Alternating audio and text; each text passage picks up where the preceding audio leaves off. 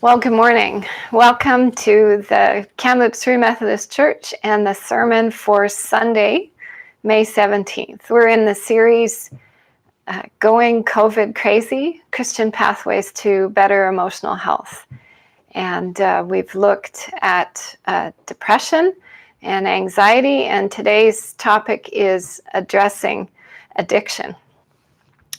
Here in BC and probably in other places as well, we've been reminded that this current pandemic comes in the midst of a former and a continuing health crisis, an ongoing thing, which is the opioid crisis. And that's really about the illegal drug supply being contaminated with fentanyl and a few other things, and people accidentally overdosing. And it's kind of a terrible situation for people who are addicted, and it's an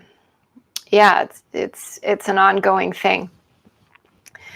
As recently as a week ago, there was a story in the local Kamloops newspaper about a local family who lost their son in his 20s to this very thing, and it kind of told their story, and how how devastating it is. There were 11 overdose deaths in Kamloops in the first 3 months of this year. That's January to March, whereas there were 27 for the whole of 2019.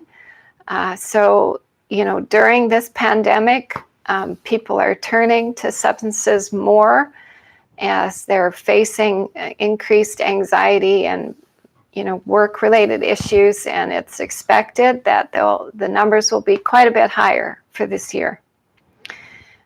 It's a similar thing with alcohol, and BC liquor sales have jumped by 40% during the pandemic, and up to 25% of Canadians under the age of 54 say that they've increased the amount of alcohol they drink during the pandemic. And so it's more common and a greater problem or a greater reality among younger people. And the top reasons for this are stress, of course, boredom, being at home, and also a lack of a consistent schedule. It's like if you're at home or working at home, it's hard to figure out what day it is, right? Every day is the same, and that takes a toll on people as well.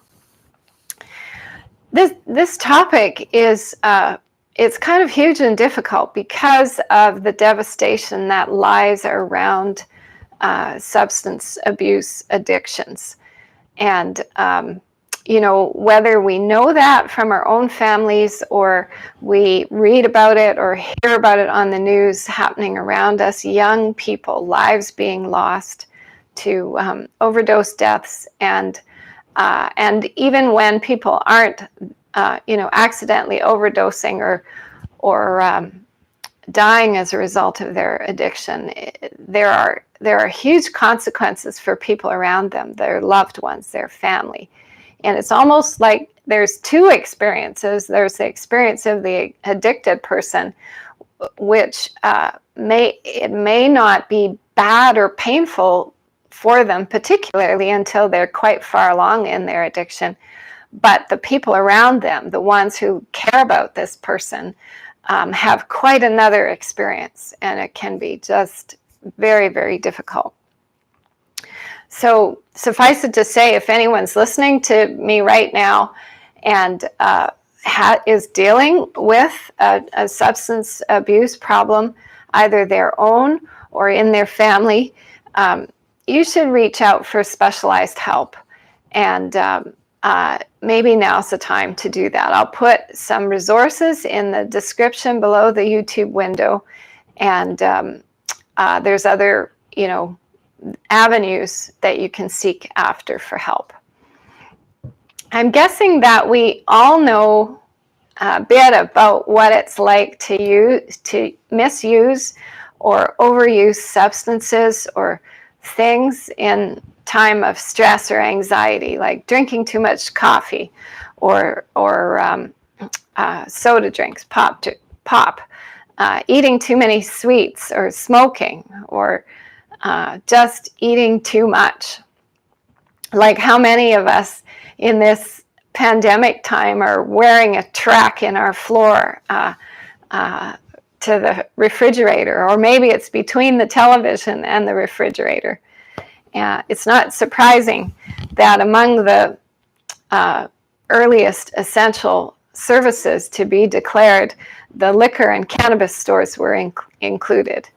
I think it's a funny thing, though, that at the beginning of the pandemic, people were stockpiling toilet paper and not beer. Think about that. People are addicted or struggle with those compulsions to reach for things. So someone says, I recently overcame an addiction to rolling around in the mud, but I've been clean for 6 months. I just got over my addiction to chocolate, marshmallow, and nuts. I won't lie, it was a rocky road. Yeah, sometimes you just got to have a bit of humor about some of these things, right? There's also addiction to, you might identify it as a social media addiction or a cell phone addiction. People just on their phones, on their devices, kind of all the time, to video gaming, some really serious ones like gambling or pornography, sexual addictions.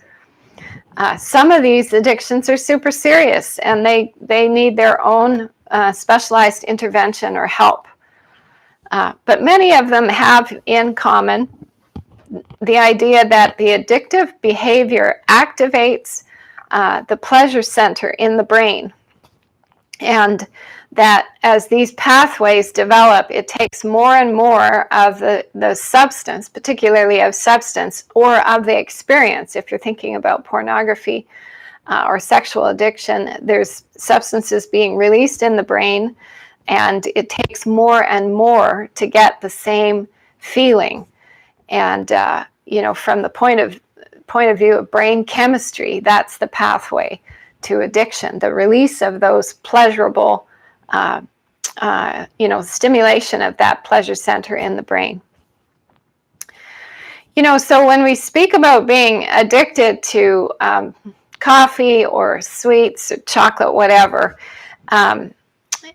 it can help us to have compassion for how people become addicted to more serious things. But it's really not the same kind of a thing. It isn't, strictly speaking, a substance abuse addiction. It's a different kind of a thing. And I'll speak about that in a moment, how we recognize a substance addiction. But in terms of my own experience, I actually have a fair bit of personal experience with addiction, not myself, but through my family. And for those of you listening to me right now, I know that others of you, actually many others of you, have some similar experiences, really heartbreaking experiences of people in your family being addicted, and everyone's lives around that person being turned upside down for a time, and it can be a long period of time. It's such a common thing, and it's so disruptive and so devastating, sometimes almost more so for the people who love that person and want to help them. And there's all kinds of patterns of behavior that develop around the addicted person in the family system, and can involve the whole family making excuses, covering up, and ultimately enabling that addicted person. It's kind of a system of compensation and distraction and rescuing, all those things. There can also be abuse and violence associated with addiction. That's actually really common. And so, yeah, it's a really big deal. It's really difficult. I would say that I was raised in an alcoholic family, but it's almost hard to say it that way, because there were times, months and perhaps maybe sometimes years when alcohol was not an issue, and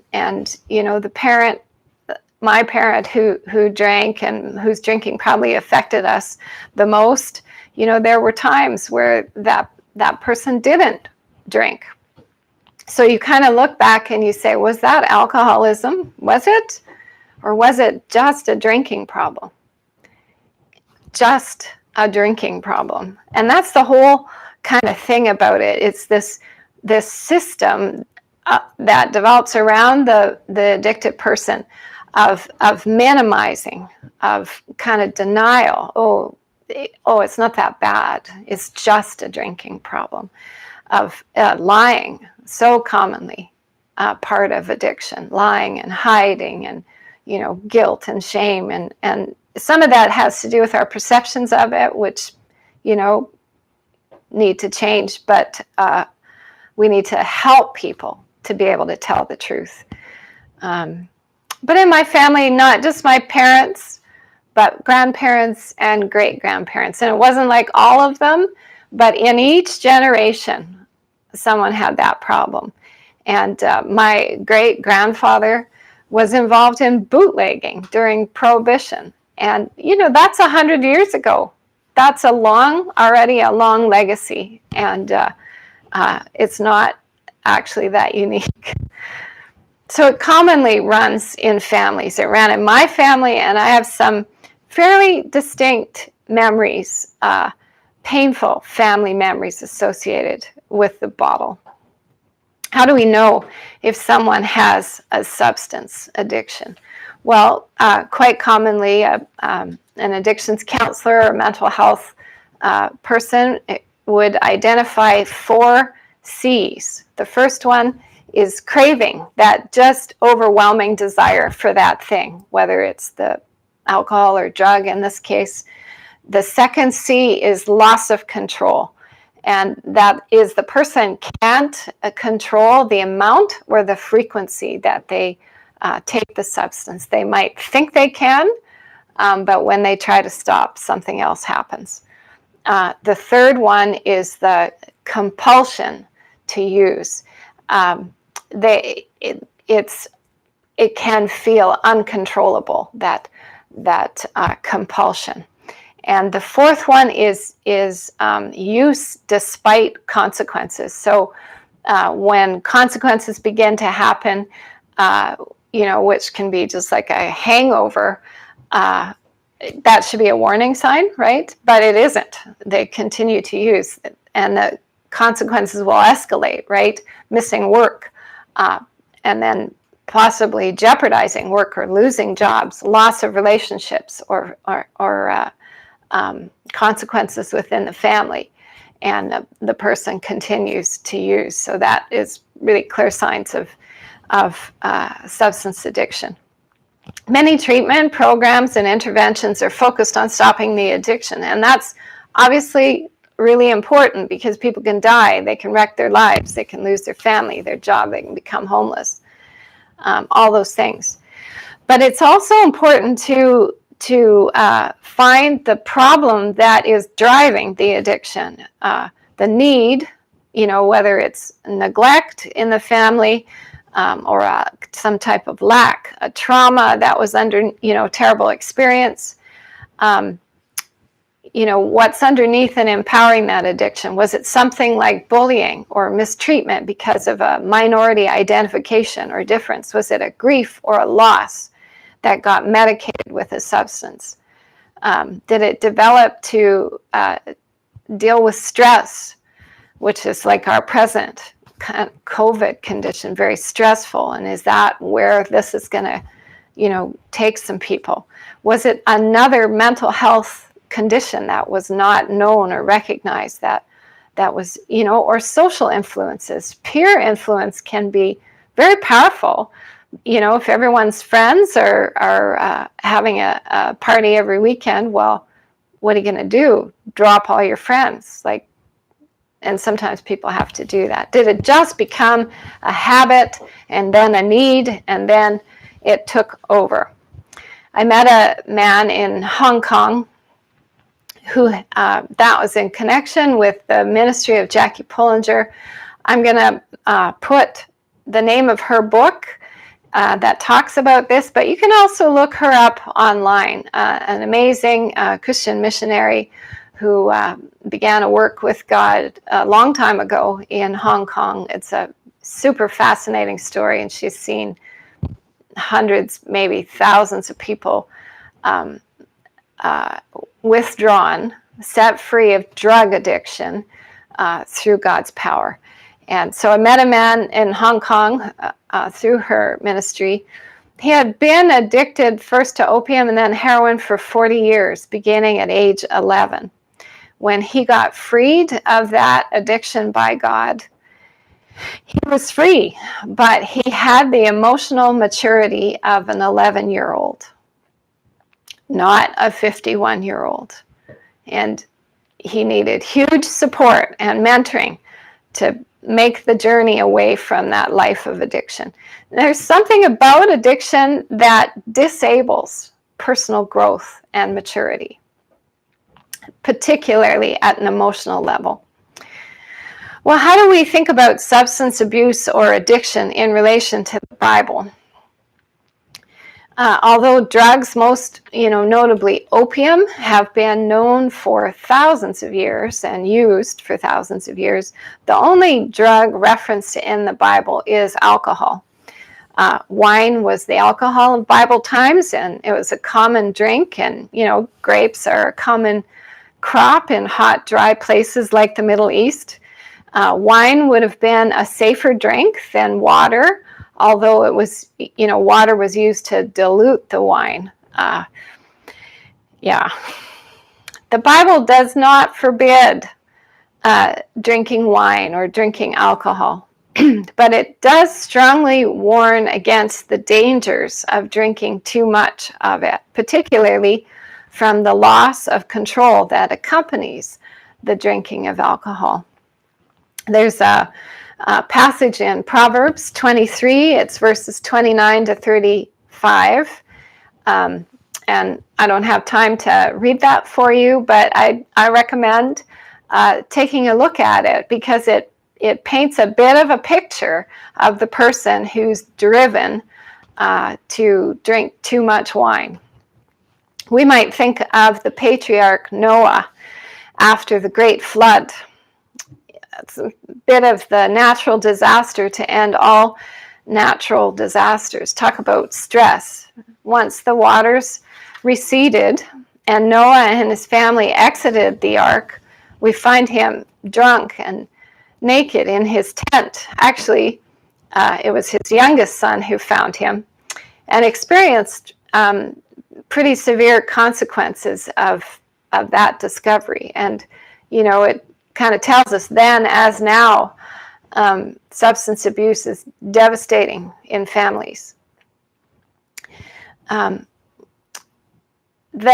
spiritual view of this thing is in the giving over of control of ourselves to someone or to something beyond us. It's that loss of control that is the issue from a spiritual perspective.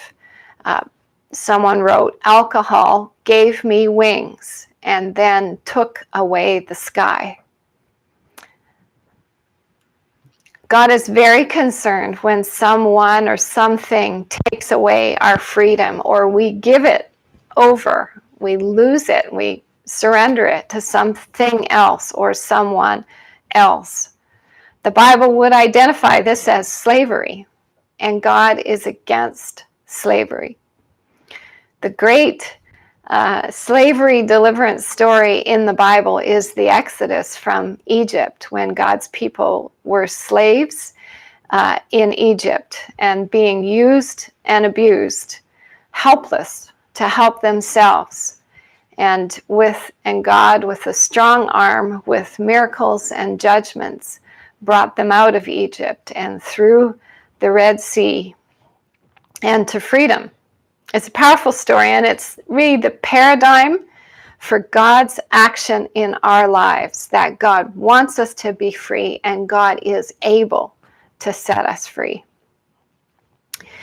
I want to talk briefly about some of the pathways to better emotional health in relation to addiction, and then I'll tell you a story from the Bible. Spiritually speaking, what are the pathways?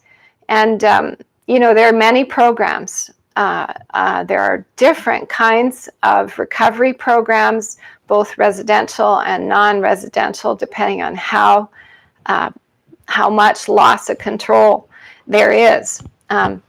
And the 12-step programs, the oldest and best known, like AA, Alcoholics Anonymous, but there's GA, NA, there's a few A's, and they're very widely available. There's a Christian version of AA, which is called Celebrate Recovery. That's available in Kamloops. It's highly recommended. Very good program. The first step that a person who's dealing with substance abuse needs to do is to admit it. That's like step one of the 12-step program, to admit that you have a problem. Speak out the truth of your condition, that you're in bondage. That's the spiritual view of it, that you're a slave to this thing, that it controls you. And that's actually pretty hard too, to get to that truth. It's kind of proverbial in our culture, the AA kind of thing. Hello, my name is, George or Georgina or whatever it is, and I am an alcoholic. That is the verbal expression of that truth, of that person's truth, and that's admitting it. We might wonder about naming a condition as our identity, but the important thing is the truth, is to admit it and to say, this is my problem. Spiritually speaking, Jesus said, the truth will set you free. And again, there's all kinds of investment around non-truth and lying and hiding and avoiding and minimizing in people who deal with an addiction. So I don't know how to emphasize this strongly enough. The Bible calls this bringing things out into the light. And if you read Ephesians chapter 5, there's lots in there about that. Spiritually speaking, truth-telling is confession. It's saying, this is my truth. This is the truth about me. And it's accepting responsibility.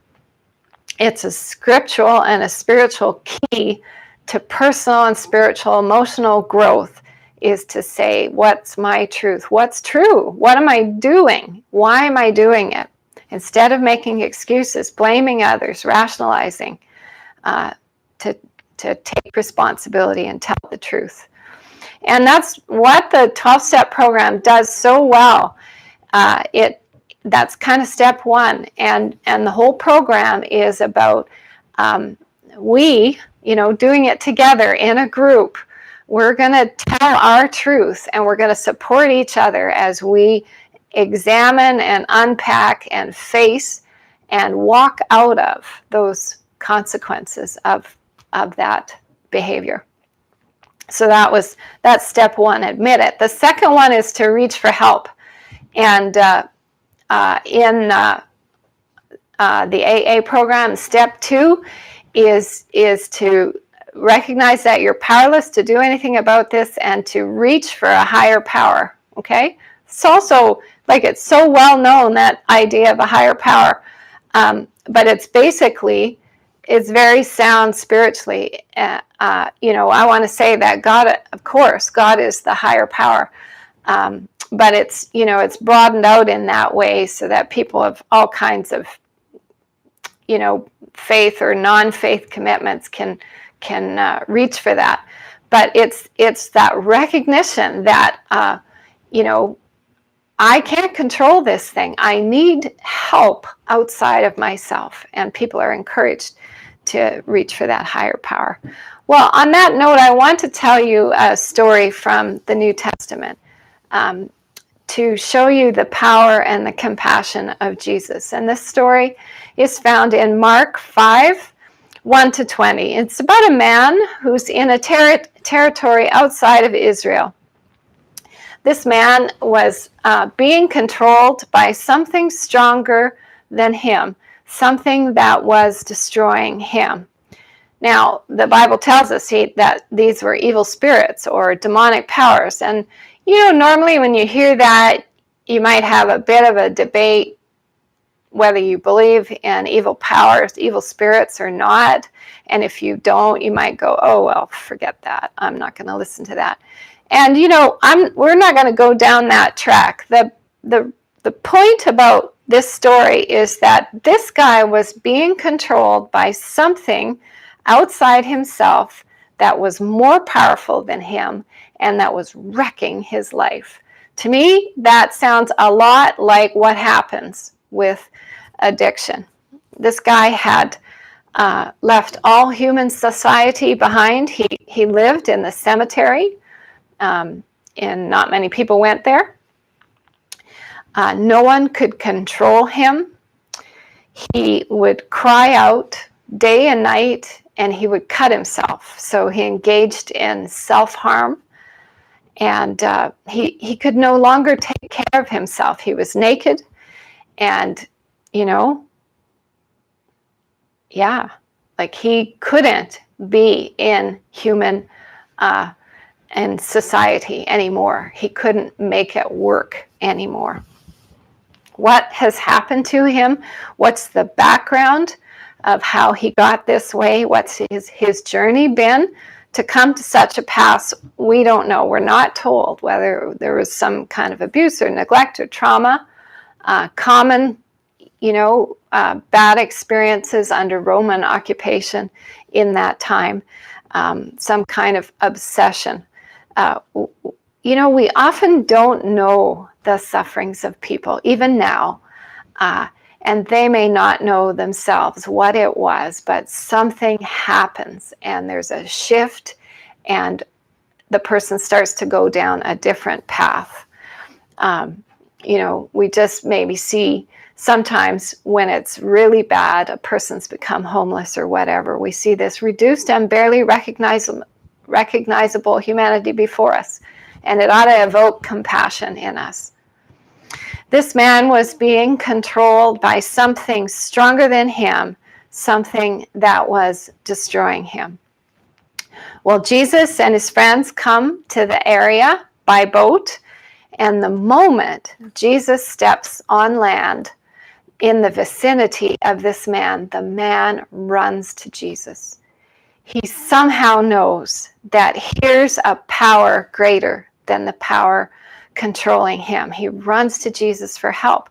He is still able to exert his own will to do that and to reach toward help. And I just want to say right now, if you're listening and you have a family member who's involved in substance abuse or addiction, which is, again, that totally different experience than being addicted yourself, and you feel this crazy kind of anxiety and you watch as the person seems unable to reach for help, to stop or to recognize it, one thing you can do to pray is to pray that their will would be strengthened. That's an important part of our inner being, is our will, our ability to say, you know what, I want a better life than this. I want to get help. Pray that their will be strengthened to reach for help, and that they will realize what they need. Somehow this man was enabled to run to Jesus, to make a choice in that moment. And Jesus immediately began to challenge the alien power controlling this man. But it wasn't an instantaneous thing. And Jesus asked him a question: what is your name? And what happened in that moment was that power controlling him answered the question. And the man's identity, what we can see here is the man's identity was actually suppressed by the power controlling him. He can't even say his own name. And this is the kind of thing that can happen with substance abuse or addiction, is that everything about that person becomes subservient to the fix, to the hit, to the drug or the drink. And that person is a slave, as this man was. The person's identity and personhood actually begin to get lost and pushed aside, which is part of the reason there can be this emotional stunting. The person becomes eventually only alive to the drug or to the drink. Well, Jesus sets this man free of those powers enslaving him. It's not even a hard thing for Jesus to do. And then we see that the people from the town come and to see what's going on, and they find out that here's this guy. He's dressed and in his right mind, just sitting near Jesus. He's totally freed and transformed, restored to who he used to be. And he clings to Jesus because Jesus has saved him in every way. Jesus is about to leave that area to get back in the boat, and the guy just wants to go with him, as you can imagine. But Jesus says, go home, go back to your family and tell what God has done for you. So what was important for that man in that moment is that his relationships would be restored, that Jesus sent him back to his people so that they could enjoy and marvel at the miracle transformation that's happened to this man. So I want you to hear that Jesus is compassionate to the person who has lost control, who has become enslaved. He's not angry at them. God is not upset with you. He's compassionate and he's powerful. He can set you free. He can deliver, people from whatever holds them. Jesus cares about you. Jesus can deliver you. And he went to that remote place where that person was on purpose. That's the only thing he did in that territory. He went there with his, friends and his boat. He took care of this man, and then he left again. That was his whole reason for going there, was to find that man. So Jesus is searching for people who have become slaves to substance, and he wants to help, but it takes that willingness. No one can do it for you, not even God. You have to ask for it. You have to want it, or your family member, whatever is the case. I've personally known several people who were freed by God from an addiction, either drugs or alcohol, instantaneously. But it doesn't always happen instantaneously. And even when it does, still there are habits. There are patterns of behavior, patterns of thinking, or of feeling, or even social patterns that have to be unlearned or relearned. There's personal growth and accountability and community, just as I mentioned about that man in Hong Kong. But here's the thing. Even in the face of a challenging journey, God is with you in that journey. Jesus, he won't send you away and not be with you, as happened for that man. And, the whole thing there is that Jesus was on his own journey to make it possible that he could always be with us. And with that guy too. And that's the truth of it. Now, Jesus Christ, crucified, raised from the dead, to make it possible for us to have a relationship with God that begins from the moment that you open your heart to Him and continues, and it will continue. If you're walking out of an addiction, He will be there with you.